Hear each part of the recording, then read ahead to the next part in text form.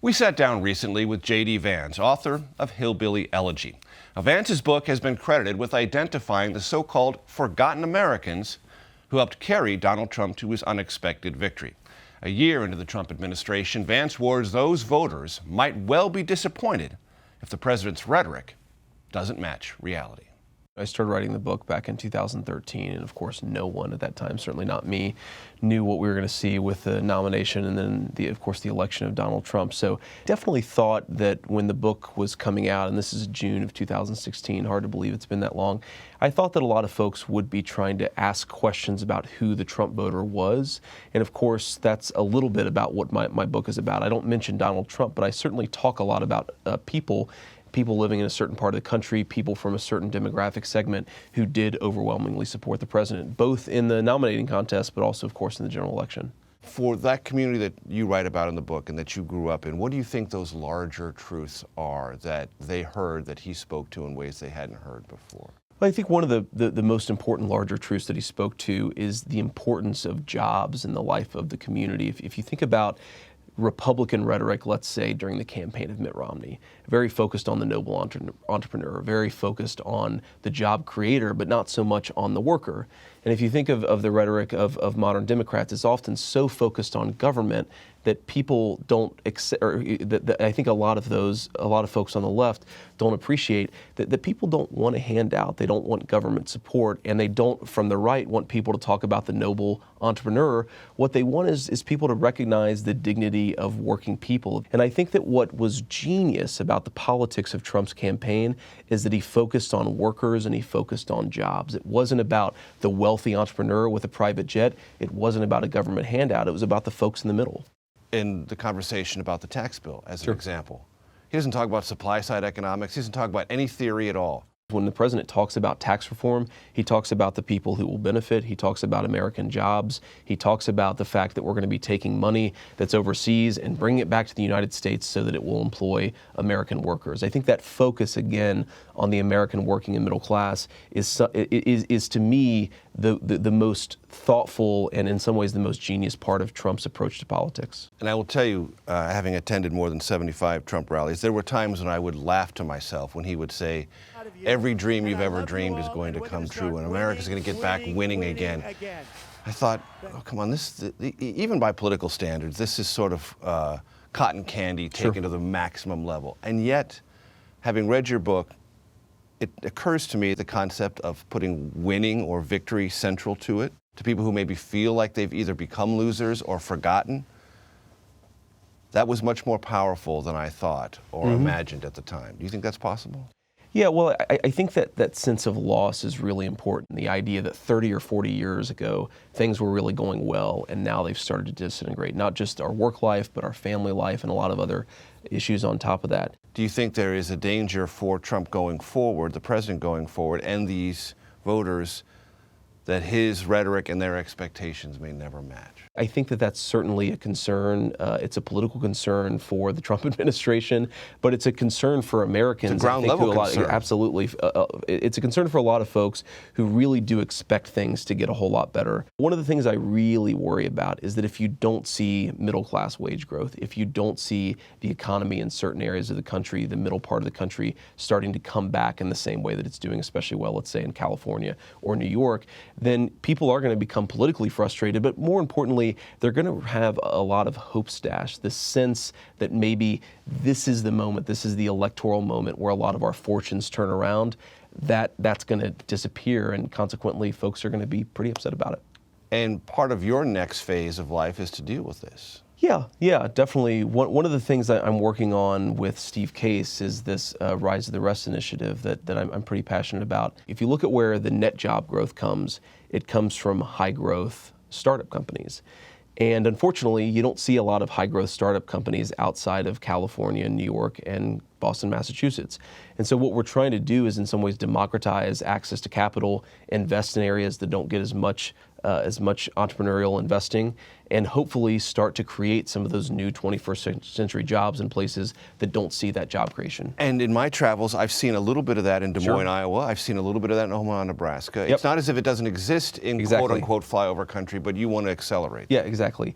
It certainly exists. There are certainly really exciting pockets of entrepreneurship all across the country. Usually linked to a university of some kind. Exactly. Universities provide high quality talent. They provide intellectual property necessary for folks to get their businesses off the ground. But you still don't see nearly as much investment in these areas, even though you see pockets of hope, right? So the statistic I throw out is 50% of venture capital goes to California. Most of the rest of it goes to New York and Massachusetts. That means there's 47 states fighting over a very small amount of the type of investment that creates really high quality, long-term durable jobs. And so if you can rearrange that, if you can create more entrepreneurship and more investment in some of these areas, are you going to fix all the problems I wrote about in Hillbilly Elegy? No, but you will start to create some more high quality job growth. And then this brings us back to some of the embedded behavioral problems you write about in Hillbilly Elegy, and those are going to have to change even if this capital arrives. Yeah, that's absolutely right. You speak quite candidly Sure. about laziness and people who think they work but don't actually work, and that they're part of this equation, and that reckoning is going to have to occur, number one, and won't be easy to. Yeah, absolutely. I mean, look, you go to a town like Middletown, Ohio, where some people are struggling to find a job, but then there are people who had a good job and lost it, not because the economy was bad, but because they made mistakes. You see both types of people, and I think we have to recognize that there are these twin impulses that exist. There is a need for more economic growth, for more job growth, but there is a need in some people for them to recognize that they have a role in making these problems better, and we can't ignore that. The issue that's really, really concerning is that you have 8 million prime-age men who have dropped out of the labor force, folks who aren't even looking for work. You can create job growth all day, but unless you start to do the things that bring those labor force dropouts back into the job market, you're not going to solve the problems I wrote about in the book. JD, thanks so much for your time. Thanks, Major.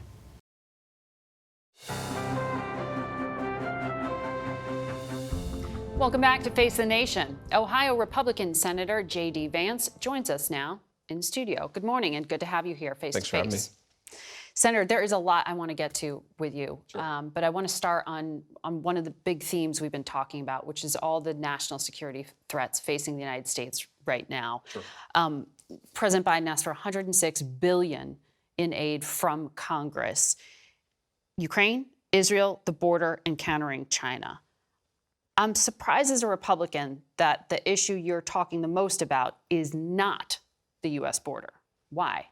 Well, we care a lot about the border, of course, but what I'm saying is that we should divide the packages and actually have distinct debates on each one of these questions, especially the Israel issue, for a couple of reasons. First of all, Israel needs the aid and they need it immediately. Second of all, there's broad bipartisan consensus that we should be supporting Israel.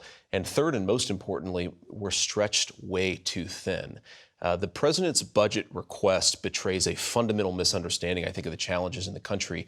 We cannot support a three-pronged conflict in the war. We don't make enough weapons. Our manufacturing capacity is too weak. We need to pick and choose. To pick and choose, Congress needs to have a real debate, not collapse these packages together and pretend we can do everything at once. We can't. So let's unpack some of what you said there, because you are talking about the exact same amount for Israel that President Biden is talking about. Sure. It's roughly $14 billion. But you've removed humanitarian assistance to Gaza. Leader McConnell was on this program last Sunday, and he supports the package. Here's what he said.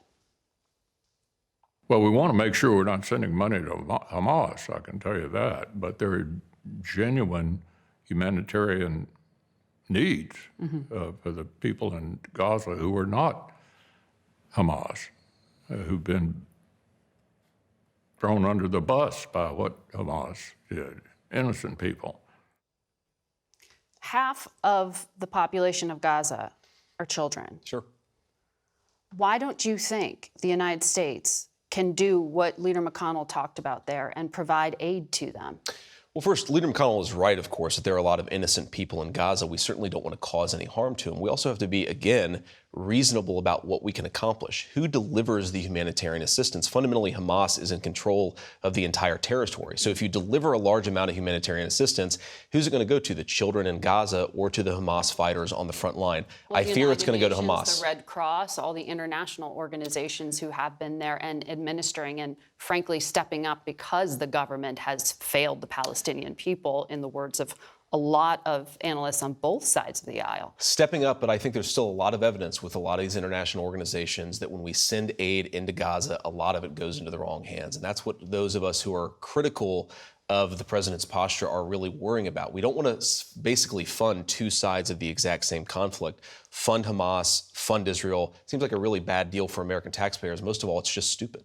Well, it's not aid to Hamas, it's aid to the Palestinian people. Sure, and look, a million of which are children. And if I could wave a magic wand and give aid to the Palestinian children, I will. But given the realities on the ground, I think if we divert resources to Gaza, it's going to fall in the wrong hands. So you don't trust any of the international organizations that are doing that now? I don't trust Hamas on the ground, and I certainly think the international organizations, look, some of them are good people, some of them actually have some compromised positions.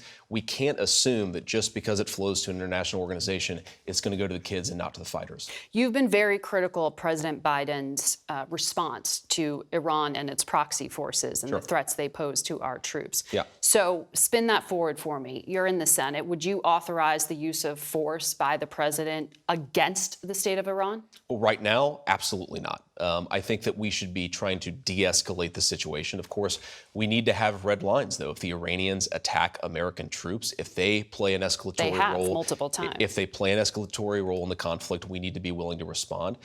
They have attacked. Certain militia groups have attacked, and I think we've done the right thing, a proportionate response. If they hit us, we have to hit them back. But if you're talking about an attack on the Iranian mainland, I think that would be a significant escalation. Right now, it would be a mistake. So on the portion that you are supporting for aid to Israel, the Prime Minister said last night that this is going to be a long war, but you just heard Jake Sullivan, the National Security Advisor, say they still have to ask specific and hard questions of the Israeli leadership, like, what exactly are you doing next? What is the end game here? Sure. Doesn't that trouble you? Because there are people who would say maybe there should be strings attached to some of this aid. Do you have an open checkbook for Israel? Well, certainly it's a troubling situation. It's a troubling situation, of course, because 1,500 Israelis were slaughtered by Hamas. I think what we have to have is some respect for our allies. They're not asking us to send ground troops. All they're asking us really is for weapons, and we should have some respect for their strategic imperative and also the fact that they know what they're doing within their own country.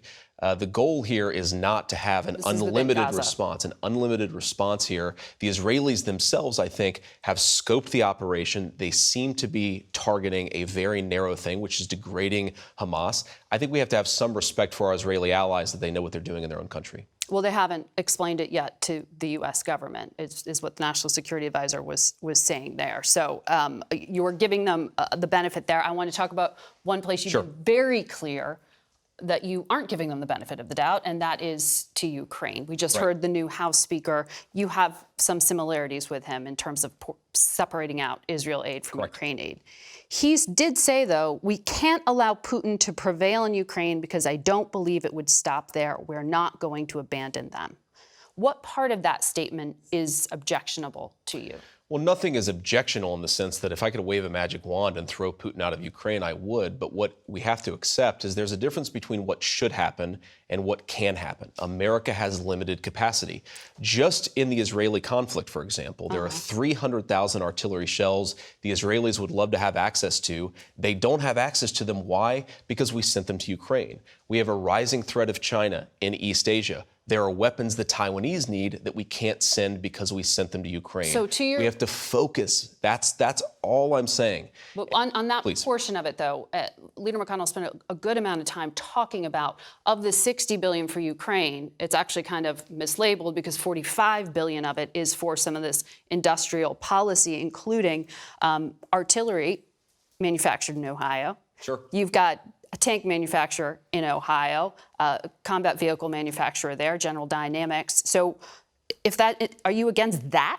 if it benefits your state? Well, look, I'm good for benefits of the state, but this particular policy, we have to be careful, Margaret. We have to remember that we cannot flip the switch and turn back on America's industrial might overnight. It takes years. So you do want the investment in all that industrial buildup? I want investment in the industrial buildup for America's national security interests, not to throw billions of dollars in Ukraine before that industrial buildup even happens. So why not prioritize that first?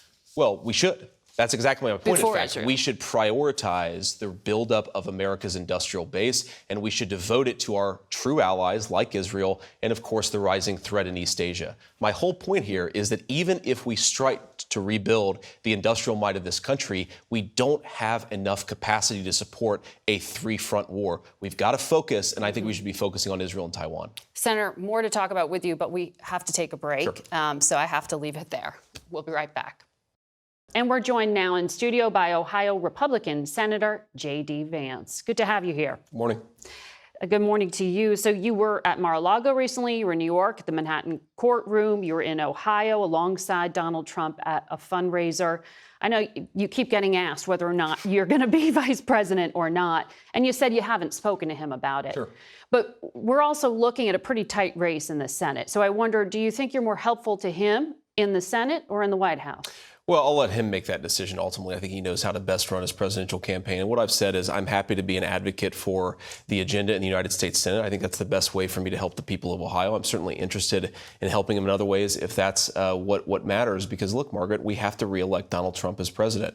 The contrast is so extraordinary between higher inflation at home and war overseas. That's the Biden record. And the Trump record of peace at home and prosperity. That is an incredible thing to run on. And importantly, it's an incredible thing to deliver for our country. So I think we need to help Donald Trump get across the finish line. That's why I've spent a fair amount of time with him the past couple of weeks, helping him raise some resources, showing up in support in New York. But it's all about getting him elected president. I actually don't care that much who the vice president is because Trump's ultimately going to govern.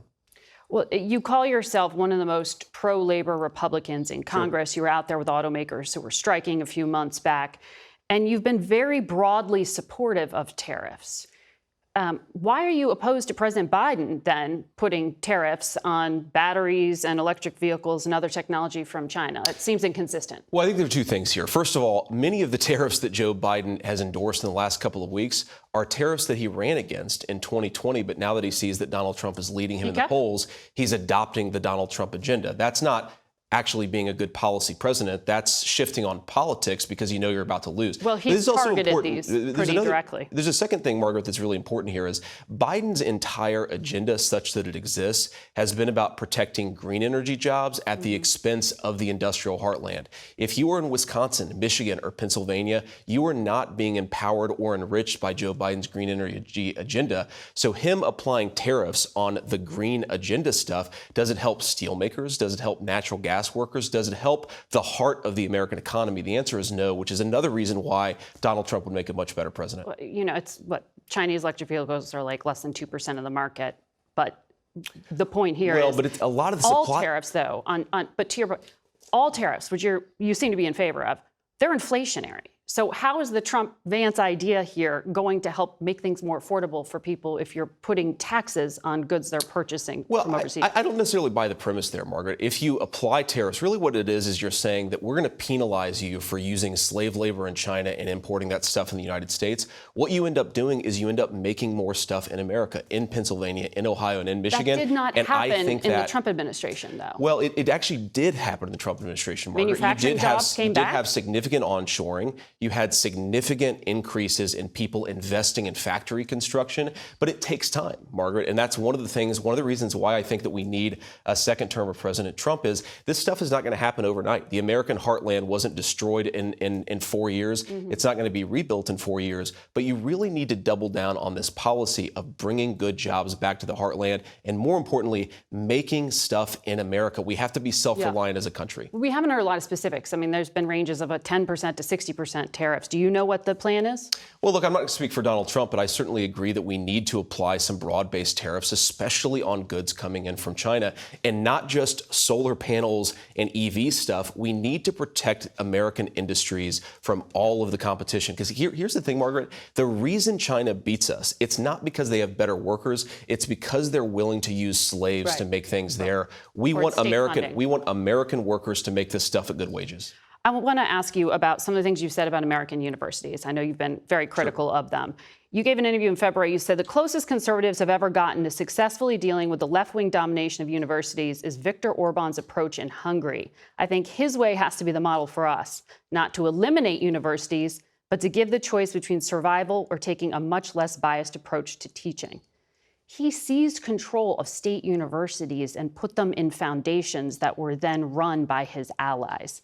Is that what you're advocating be done in the United States? Well, Margaret, what you're seeing in the United States actually is that universities are controlled by left-wing foundations. They're not controlled by the American taxpayer, and yet the American taxpayer is sending hundreds of billions of dollars to these universities every single year. I don't want taxpayers controlling education necessarily. Is that what you're advocating for, federal government? Margaret, what I'm advocating for is for taxpayers to have a say in how their money is spent. Universities are part of a social contract in this country. They educate our children. They produce important intellectual property. They get a lot of money because of it. But if they're not educating our children well and they're layering the next generation down in mountains of student debt, then they're not meeting their end of the bargain. I think it's totally reasonable to say there needs to be a political solution to that problem. Well, America's universities still attract talent from around the world, as you've went to one of America's very top schools. Look, there are still good things about American universities, but it's going in the wrong direction, Margaret. But Viktor Orban in particular, as you know, I mean, he rewrote the Constitution, he neutered the courts, he has tried to control the media. These are not necessarily conservative principles. So why would you want to mimic him? Well, look, I'm not endorsing every single thing that Viktor Orban has ever done. I don't know everything he's ever done. What I do think is that on the university principle, the idea that taxpayers should have some influence in how their money is spent at these universities, it's a totally reasonable thing. And I do think that he's made some smart decisions there that we could learn from the United States. Well, he was just welcomed at Mar-a-Lago. And as you know, Leader McConnell just spoke out on the floor of the Senate this past week after Xi Jinping visited Hungary. He's trying to broker trade deals. They're brokering trade deals not just with Russia, but with Iran. Orban, because of this, McConnell said it should be a red flag for anyone seriously concerned about competition with China. So why take any policy cues from a man and a country and a strategy cozying up to America's adversaries? Well, look, Margaret, Hungary is a nation of 10 million people. America is a nation of 330 million people in the most important economy in the world. I don't think that we should take every cue, but I actually have to reject the premise here, because why is Viktor Orban getting closer to China? In part because American leadership is not making smart decisions. We are pushing other nations into the arms of the Chinese because we don't make enough stuff, because we pursue a ridiculous foreign policy very often. We have to be more self-reliant. I don't like China. I don't like that China has stolen a lot of American jobs. The reason they've done it is because American leadership has made bad decisions. That's our fault, and that's something we can fix as Americans. You've talked a lot about the need for the United States to pivot to Asia and let the Europeans focus on Europe. But Xi Jinping is focusing on Europe. Why would you cede influence? Because you've really been opposed to helping Ukraine in its fight. You've said a lot of things that are suggested that you just want to pull back. Let me address that point, Mark. First of all, I think the reason that we have to be smart in Ukraine is we don't have a strategy. What is Joe Biden trying to do? What is another $60 billion accomplishing that $120 billion hasn't? We have to have a smart strategy to spend American taxpayer dollars. But on this, 80% of it funds the U.S. defense industrial base from on this question, just Europe and China and the intertwinement between those two. Look, the reason Europe has become weaker is because they've deindustrialized. And why have they deindustrialized? Because they've pursued a green energy agenda following the lead of the Biden administration, and that necessarily empowers China and Russia. We need to acknowledge that it's our decisions that are making these countries stronger. We need to fix that, not whine at countries that have 10 million people. Or people just like cheap stuff no matter where they live, right? So and they look for cheaper providers. Well, they'd love to have cheap energy in Europe, and they don't have it because of the policies of the green energy lobby. I want to ask you about abortion because we see it in our polling as so motivating. But President Trump has adopted this position that it should be states that control abortion access. You said back in 2022 that a proposal to limit abortion access after 15 weeks of pregnancy was something you would support, and some minimal national standard. What is the minimum national standard that you want the federal government to have on abortion? Well, look, Margaret, I think that first of all, we have to acknowledge that political reality is, I think, really motivating a lot of these considerations. What Donald Trump has said, which is very consistent with what I said during my own campaign, is that the gross majority of abortion policy is going to be made at the state level. And I actually think if you compare his view of saying, look, this is a tough issue, we need to let people debate and decide this very tough issue in this new environment where it's been kicked back to Democratic But you want legislators. a minimum federal standard. But Margaret, compare this to the Biden administration approach is we want Christians to perform abortions and we want American taxpayers to fund late-term abortions. I think the Trump approach, that is absolutely prohibited what Democrats under have the endorsed. Hyde Amendment. But so you don't have a minimum national standard. Margaret, what I've said consistently is the gross majority of policy here is going to be set by the states. I am pro-life. I want to save as many babies as possible. And sure, I think it's totally reasonable to say that late-term abortions should not happen with reasonable exceptions. But I think Trump's approach here is trying to settle a very tough issue and actually empower the American people to decide it for themselves. Senator Vance, thank you for joining us Thanks, today. Margaret. We turn now to Ohio Republican Senator J.D. Vance. He joins us this morning from Cleveland. And Senator, I should say we're having some technical issues, so you're with us on Zoom. Hopefully our uplink stays solid throughout, because I got a lot of questions for you, sir. Sure. Donald Trump had a better night on Thursday during that debate by many measures. But according to our poll, he fell short on at least one of them. Fewer voters thought the former president was truthful compared with President Biden. Mr. Trump falsely claimed states are passing legislation to execute babies. I think you know that killing people is illegal in every state. He falsely claimed that the Speaker of the House at the time turned down 10,000 soldiers that he had offered to keep the peace ahead of January 6th, something his own acting Secretary of Defense testified to Congress did not happen. If he has such a strong platform, why make false claims? Well, Morgan, I think the media is running interference on a lot of this stuff. We all know, and Nancy Pelosi herself has admitted on camera that she could have requested more National Guard troops. She bears some responsibility for the fact that they weren't there at the Capitol. We know that the multiple Democratic governors and states, and even some Democratic senators and congressmen, have tried to pass laws that would effectively legalize abortion up until the moment of birth. And most importantly, we know that the media seems totally uninterested in fact-checking Joe Biden from any of the number of false claims that he made. You know, I've lost track, sir. I've been told the media's on every single side of this and everything's our fault. But let's get back to the candidate you're here to talk about. Chris Miller said 10,000 troops. He was never ordered by the president to send those to the Capitol that day.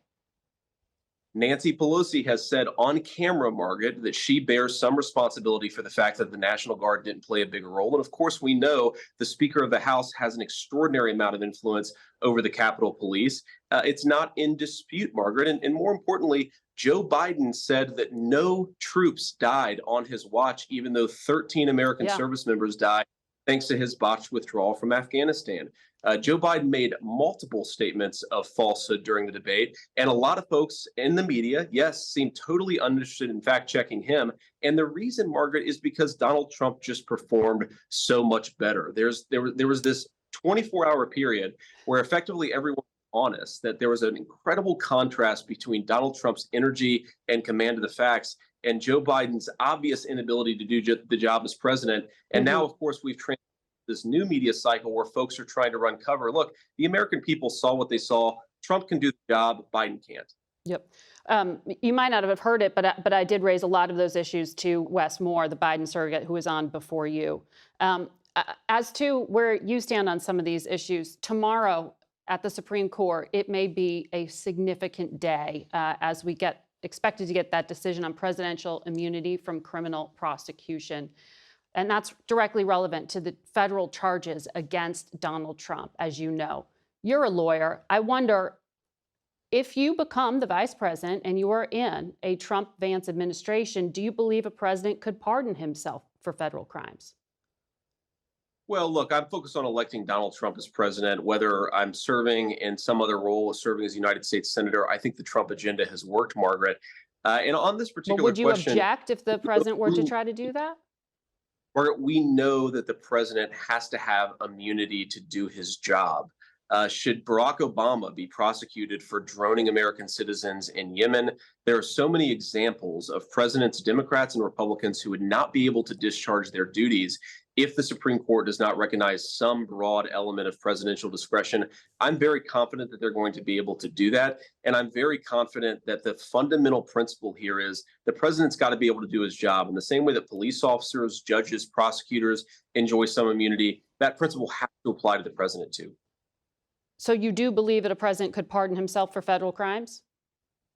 I believe that the president has broad pardon authority, Margaret, but more importantly, I think the president has immunity. It's not about whether he should pardon himself. It's about whether he be prosecuted in the first place for discharging his official duties. So in that way, I sort of reject the premise of the question here. We need to have some recognition that look, a Democrat wins the presidency. They try to throw the Republican president in jail. A Republican wins the presidency. They try to throw the Democrat president in jail. That is the pathway to unraveling 250 years of American constitutional tradition and making the president totally unable, regardless of party, to do their job. That is not a good thing, and it's not something I think any Republican supports. Okay, to that point, President Trump on that debate stage on Thursday suggested that Joe Biden could be criminally prosecuted after he leaves office. It wasn't clear exactly what crime he was alleging, but he mentioned something about the U.S. border. In a Trump-Vance administration, would your Justice Department prosecute Joe Biden? And if so, for what? Well, first of all, that would be the responsibility of the Attorney General, Margaret. But Donald Trump did not say that he's trying to throw his political opponent in jail. That is Joe Biden, who has in fact already tried to do precisely that. And importantly, what he said is that if you applied the same standard that Joe Biden's Justice Department has applied, then there are a lot of Democratic officials who could go to prison. He's making a fundamental argument about constitutional fairness. It's so extraordinary that people could say that Donald Trump is the one trying to use lawfare against his opponent sometime in the hypothetical future, when in the very real present, that's exactly what Joe Biden is trying to do. But do you object to the premise? And I think that what we need to recognize is that applying a consistent standard is what really matters. So you would not want the Justice Department to prosecute Joe Biden for any alleged crimes? I want people who, Margaret, I want people who commit crimes to face the appropriate response in law. What I do not think is reasonable is for Joe Biden to weaponize his own Justice Department, going after Donald Trump, any number of crimes, some of which have already been thrown out, a number of which I think will be thrown out, including on Monday by the United States Court. So the problem that I have, Margaret, is not with which Democrat should prosecute which Republican and vice versa. It's let's get out of the prosecuting of people based on their politics. Let's let voters decide who the president should be, not judges and prosecutors who are politically motivated. Senator, you are, as everyone knows, on this very short list of potential running mates for Donald Trump. So for our viewers at home, you are 40 years old. You've been in the Senate for less than 2 years. You haven't held elected office before this. If you are selected alongside a nominee who is 78 years old, you will be a heartbeat from the presidency. What do you think your biggest accomplishment in the Senate has been to date? Well, Margaret, again, I'm not running for vice president, and it's important for us to remember that Donald Trump has been a very good president. He will be a very good president again. I think in some ways, these vice presidential conversations serve to distract from the fact that we have Donald Trump as president was a success. Joe Biden as president has been a failure. Let's get back to success. Let's get back to peace and prosperity. My attitude on the vice presidential thing, Margaret, is look, if he asked me, I want to help him. And of course, I would be very interested in the job. But you asked, what are my accomplishments in the United States Senate? In 18 months, Margaret, we've done a lot of good work for our constituents. We've got hundreds of millions of dollars to the Great Lakes. We've done a lot to help the people of East Palestine deal with the terrible train disaster. And of course, we've done a lot of work on making sure that Ohio has gotten defense resources that make not just Ohio, but our country stronger. So there's a lot we can hang our hat on. But I like being a senator. I'm not trying to leave the United States Senate. It's an honor to serve the people of Ohio. And frankly, if you ask me, that's where I expect to be in 6 months. That's where I expect to be in a few years. All right, J.D. Vance, we'll be watching, and hopefully we'll have you back in studio next time. Good morning and welcome to Face the Nation. Last night, former President Trump said that his campaign had been informed that one of his top advisors was hacked by the Iranian government. We've got a lot more on that ahead, but we begin with our interview with Mr. Trump's running mate, J.D. Vance. We sat down with him in Cincinnati Saturday morning before the news broke about the hack. You supported the Supreme Court ruling recently on mifepristone, the so-called abortion pill, that ruled opponents lacked the legal right to sue over the FDA approval. That's right. This drug is used in like 60% of all abortions in the United States. In a Trump-Vance administration, would you use the FDA to block access to this drug? Well, no. What the president has said very clearly is that abortion policy should be made by the states, right? You, of course, want to make sure that any medicine is safe, that it's prescribed in the right way, and so forth. But the president wants individual states to make these decisions because, look, Margaret, California is going to have a different abortion policy from Ohio, which is going to have a different abortion policy from Alabama. But that was actually different because after Dobbs, the Supreme Court took up this case. Yeah, but like they you viewed said, it as different. Sure, but like you said, on a matter of legal standing, but I think that what we really want is when states and voters in those states make decisions, we of course want the states and the federal government to respect those decisions, and that's what President Trump has said, is consistently we need to get out of the culture war side of the abortion issue. We need to let the states decide their specific abortion policy, and look, what President Trump and I want to do on family policy is make it easier for families to start in the first place. So at his presser this past week, Donald Trump seemed to indicate he was open to restrictions on mifepristone. He was asked by a reporter about this, and he said there are many things on a humane basis that you can do, but also give a vote. So he did seem to be indicating he's open to restrictions on this particular drug. First of all, even some of the reporters who were in the room in that press conference said it wasn't clear what the reporter was asking. Maybe he couldn't hear that person super clearly. So I don't want to put words in President Trump's mouth. What he has said very clearly in the debate is that he agrees with the Supreme Court decision, but more importantly, he wants these decisions to be made by the states. You personally signed on as a senator to a letter to the DOJ demanding it shut down all mail order abortion operations under the Comstock Act. So would you seek to enforce that law differently? Well, what we said in that letter, Margaret, is that we want doctors to prescribe this stuff to ensure that it's safe. I mean, we do this with antibiotics, we do this with a lot of antidepressants, and we just want the FDA to make sure that doctors are prescribing this in a safe way.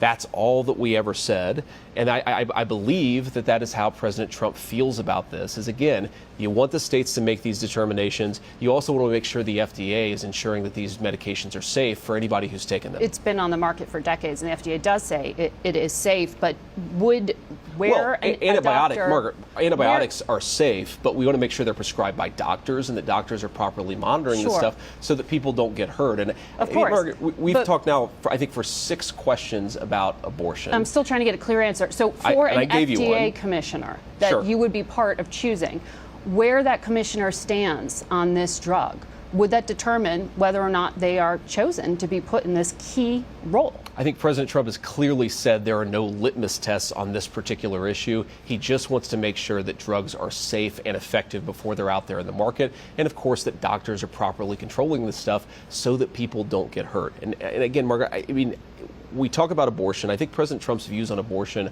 are extremely clear. You've been talking about the concern about the low birth rate in the United States of America, which is well documented. You said people without children should pay higher tax rates than those who have children, and the U.S. should look at lowering income tax rates on women who have multiple children, and you pointed to Hungary as a model for that. How do you plan to implement that policy? Well, it's called the child tax credit, and we should expand the child tax credit. If you think about what the child tax credit does... So you and the Biden administration agree on the child care tax credit? Well, we think it should be bigger. I think President Trump and I believe in an expanded child tax credit, but we also, importantly, want to actually get this thing done. The child tax credit has languished, thanks to the Biden administration, because Harris has failed to show fundamental leadership. Chuck Schumer's been unable to get it through the United States Senate, and we want to have a more pro-family policy. Now, there was just a vote on this, you know that. Well, and you weren't You weren't there. But Margaret, it was a messaging bill. I'll give you that. It was a show vote. I'm with you on that. And if I had been there, it would have failed. So and tell me specifically what you want to do to expand the child care tax credit, because it's like $2,000 per kid right now. Well, I think one of the things that you can do is make it bigger per child. I think we'd love to see it at a higher dollar value. And again, President Trump and I have proposed that. I mean, look, I'd love to see a child tax credit that's $5,000 per child, but you, of course, have to work with Congress to see how possible and viable that is. We've also proposed legislation, Margaret, to end this practice of parents getting these surprise medical bills where they go to the hospital, they have a baby, they chose an out-of-network provider, and they come home with unexpected bills. I've actually sponsored legislation to end that practice. So we have a whole host of pro-family policies that are out there. And again, on the Harris administration, I got to push back against something a little bit, Margaret, because when these comments where I said parents should pay lower taxes via the child tax credit came out, the Harris administration immediately jumped and said, we disagree with this. The Harris campaign said, we disagree with this. So did they want the elimination of the child tax credit, or were they just being careless in responding to remarks that I made 3 years ago? I don't know. They should clarify it, maybe in an interview with you, but of course Kamala Harris refuses to do interviews with anybody. We hope to have her on and ask her about that.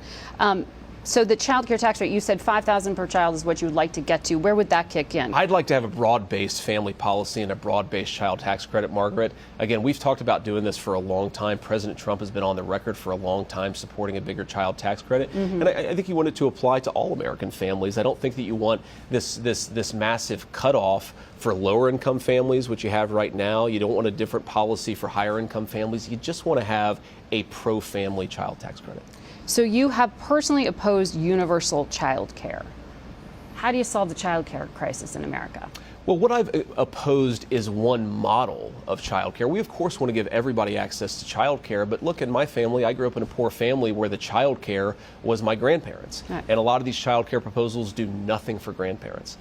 If you look at some of these proposals, they do nothing for stay-at-home moms or stay-at-home dads.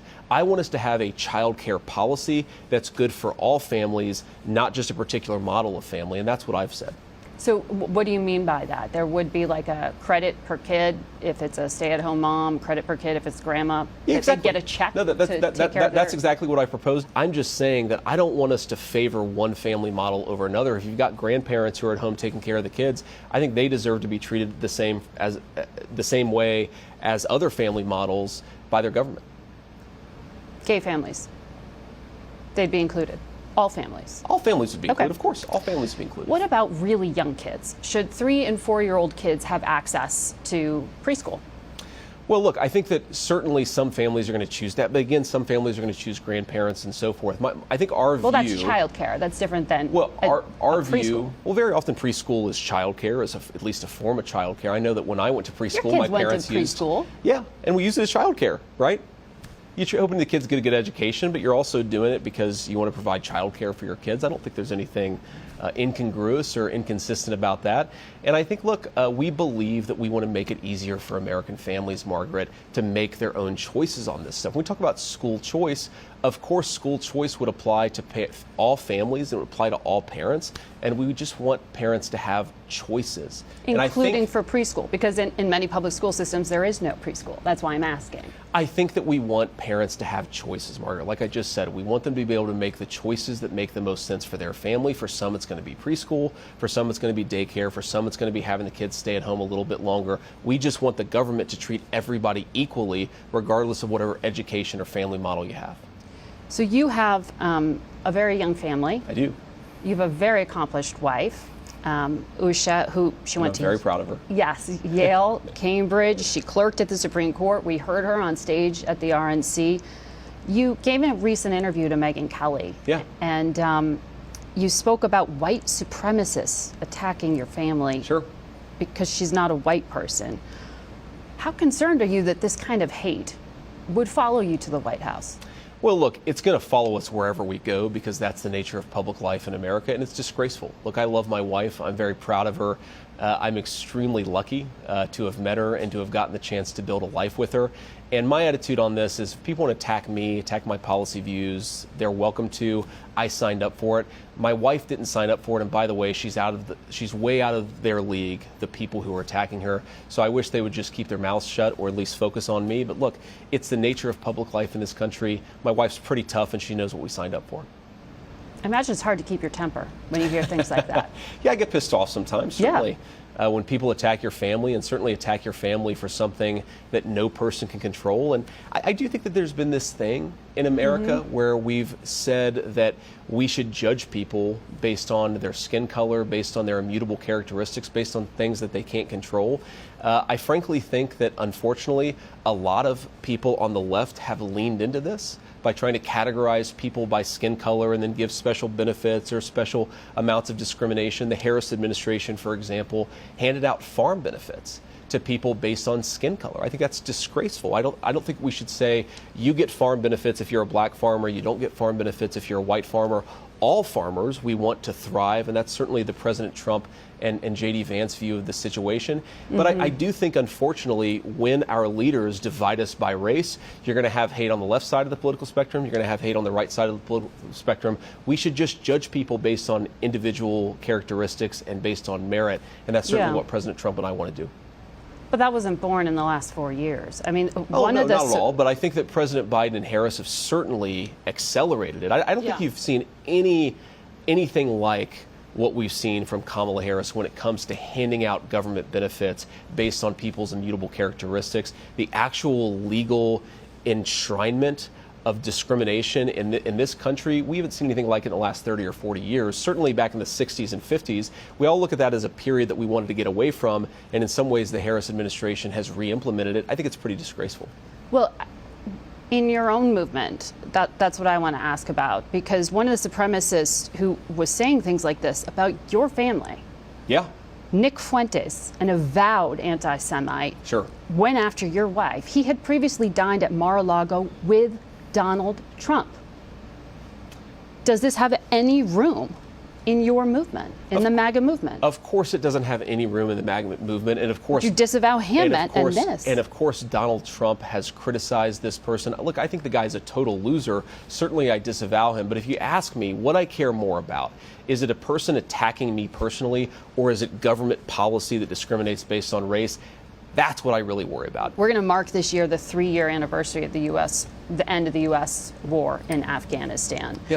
President Trump negotiated that withdrawal. The execution you've been very critical of as very chaotic under President Biden. But let's look at what you could do if you're in office. There are about 80,000 or so Afghans who were left behind, many of whom worked for the United States. Does America owe them? Should you bring them here? Well, I think that we should bring people here who helped us and have been properly vetted, and that's very, very important, because a lot of the people the Biden administration has brought in have not been properly vetted. Are you talking about Afghan vets? And I think the most important, certainly the Biden administration has let in Afghan nationals who say that they supported Americans but actually did not. We also remember, Margaret, there was a lot when we were in Afghanistan, a lot of so-called blue on green or green on blue violence where people who were allegedly supposed to help us killed American troops. So I want them in our country? Of course I don't. In fact, I wish they weren't on this earth anymore. So we have to be careful about who we let into this country. I'm talking about people who worked alongside United States service people and if they're on the ground in Afghanistan. And if they're properly vetted, I think that we should help them. Some of them don't want to come here, by the way, Margaret. Some of them would like us to give them safety in another country. I ask you that because President Trump said a few days ago he'll suspend refugee admissions to the United States. Exactly, because we're not properly... But you're saying not in this case. No, absolutely I'm saying in this case, Margaret, because we're not properly vetting the people that are being let in through these refugee programs. What President Trump said is very important. You cannot show up at an American consulate and say, I helped the Americans, go let me into America because I'm a refugee. That's not how the process works, you know that. It very often is how the process works, Margaret. The Biden administration has been scandalous in not properly vetting these people. Donald Trump is exactly right. And again, just because they helped us, allegedly, doesn't mean you have to let them come to Pittsburgh, Pennsylvania. Maybe some of them should go to other countries. Maybe we should help some of them in their own country. And President Trump's exactly right about this. In fact, we know beyond a shadow of doubt that some of the people who have been led into this country are on the terrorist watch list. That is disgraceful. I think now you're conflating a few different things. You are now talking about people who have come in through the southern border versus people who were vetted and worked with U.S. intelligence. We've certainly let in people through refugee resettlement who should not be in this country. Absolutely we have. We have not properly vetted everybody who's come in. Do you have something that you've been briefed on? Certainly, if you look A at specific example that you're worried about? I have been briefed privately, but there's also been public reports of people who have come in through the refugee resettlement process who are actually on some kind of terrorism watch list, who importantly were not actually helping Americans, even though they claimed. We got to be careful, Margaret. We have a country to protect, and I have 3 young children. I don't want people walking around the streets of this country who said they served the United States, but because the Biden administration doesn't believe in immigration enforcement, they didn't properly vet them. Do you view China as a competitor or an adversary? I think they're both, right? And I think that what we want to do here is build the kind of international order where we can check China. We don't want to go to war with China, but certainly they're an adversary. I mean, they know, for example, the Chinese know that they're manufacturing tons of fentanyl they're letting come into our country. Kamala Harris has done nothing about this. She should apply diplomatic and economic leverage over the Chinese to stop manufacturing this fentanyl, which then comes into the Mexican drug cartels, which they then ship into our country. The United States has designated some of these groups this is a and pressed scandal. the Chinese government. Oh, we could do so much more. Fentanyl Sure. is not easy to manufacture, Margaret, and if Harris was applying proper leverage to the Chinese and to the Mexican drug cartels, we would not have so many people dying of fentanyl overdoses. How do you do that?